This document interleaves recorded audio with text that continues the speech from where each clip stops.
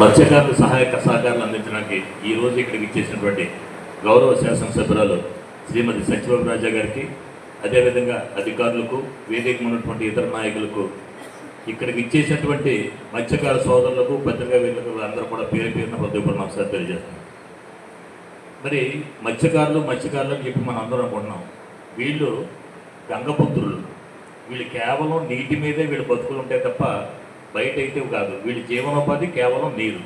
ఆ నీటి మీదే వీళ్ళు చేపలు పెంచుకోవటం, తద్వారా వాళ్ళ కుటుంబాలు పోషించుకోవటం. మగవాడు వల పట్టుకొని ఏటకెళ్ళి అతను తిరిగి వచ్చే వరకు ఇంటి దగ్గర ఆడమనిషి తన భర్త తిరుగు రావాలని చూసుకోవడం, అతని కోసం ఎదురు చూడటం.